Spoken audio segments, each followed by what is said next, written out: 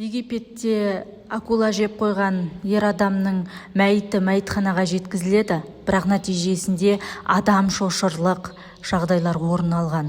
8 маусымда Египеттің Хургада қаласында 23 жастағы Ресей азаматы Владимир Поповты акула жеп қойған. Қазір оның денесі мәйітханада.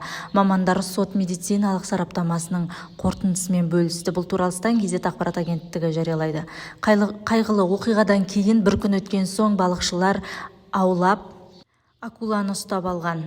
Мәйітханаға оның денесі бірнеше бөліктермен жеткізілген және оның басы жұлынып қалған. Адамның тануы мүмкін емес дейді. Алайда Владимир Поповтың әкесі оны еліне апарып жерлемекші. Дегенмен оған әлі де сот ешқандай мүмкіндік жоқ екендігін айтып отыр.